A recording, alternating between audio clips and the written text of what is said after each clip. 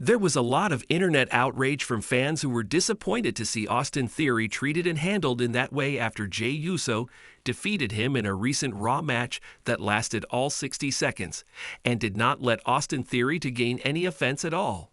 Reports state that Jey Uso versus Austin Theory was initially scheduled to last little over 10 minutes.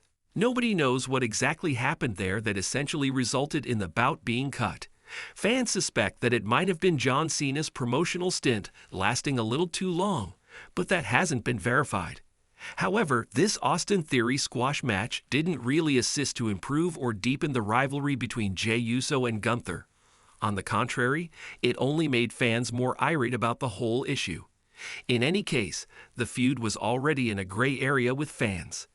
However, as many have noted, it seems that the Jey and Gunther conflict only bothers online supporters. Jey Uso is still receiving a lot of support from live audiences and supporters inside the building.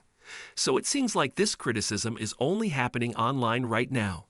However, it appears that everyone has been somewhat let down by the Jey versus Gunther build-up thus far. It's just Jey expressing that no one believes in him and Gunther saying that Jey has no chance. There isn't really any depth to the story. That's the whole story of them. Every week, Gunther enters the game near the conclusion, while Jey faces a random opponent. These are merely the topics that fans are talking about and bringing up because there haven't been any genuine in-person intense promo battles or interactions outside of match interferences in a long time. However, there are still a few weeks remaining, so many people are still hoping that things would pick up speed here in the upcoming weeks. In response to the public backlash following the Austin Theory squash match, Jey Uso posted a message on Instagram that many people might understand. "Crash out, Jey, Lord help me." Once more, it will be interesting to observe how this story develops over the next few weeks. To begin, John Cena made his first appearance since he turned heel at Elimination Chamber. He was greeted by the ferocious Belgian audience, who jeered him loudly as he left the building. We'll talk about that in a moment. John Cena did not debut to a new theme song or new music, but he did hint to and discuss it later. However, Cena is not grinning or hurrying to the ring as he usually does.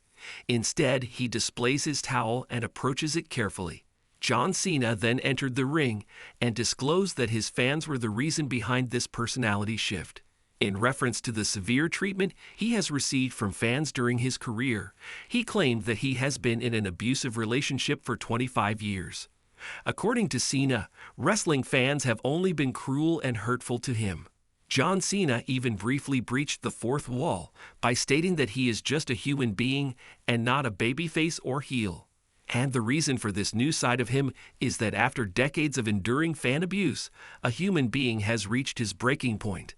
He's just an ordinary person who has had enough and isn't a babyface or a heel. As he started to delve deeply into his complex relationship with the fans, the Belgian crowd continued to yell every derogatory John Cena-related chant in the world. Cena liked it because they were confirming his argument that wrestling fans are cruel and hateful. John Cena claims that after the fans first turned against him in the early to mid-20s, he tried for more than a decade to win them back and put things right, but it was never enough. John Cena then discussed his appearance and theme song. It's true that almost everyone was anticipating a new look and theme music for John Cena following such a dramatic villain flip, but during this Raw promo, Cena crushed all expectations because it would essentially be giving the fans something in return.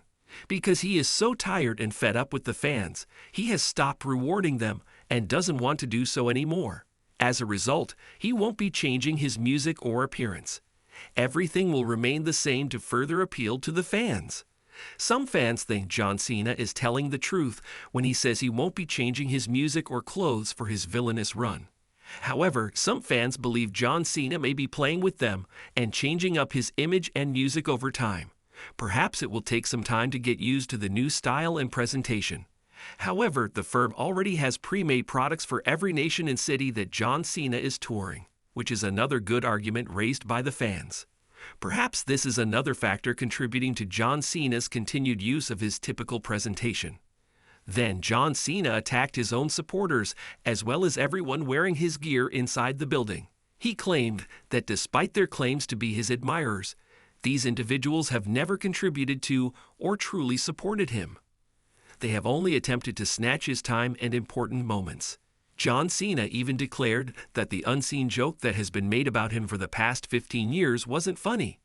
He also declared that he is ending his relationship with all of his fans, both pro and anti-Cena, that he is done with them all, that he will no longer try to please them, and that he will finally put himself first moving forward.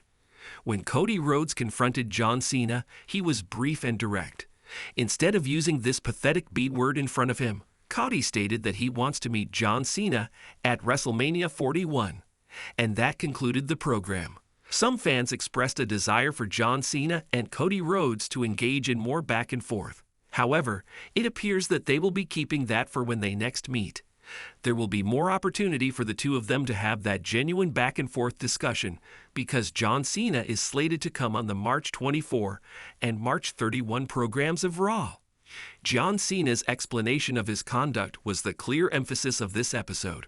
Is John Cena's justification and motivation logical? It makes perfect sense. Cena was obviously troubled by the unwarranted vitriol that he never forgot during his career. In recent years, fans have changed their preferences and begun applauding Cena more. But why? You want to show him appreciation just because he reminds you of your early years and makes you feel sentimental. That phony affection is not what this John Cena wants. He wants you to be loyal to your actual self. He claimed that he had renounced his own fans and was done attempting to appease his detractors. Thus, there was no one left.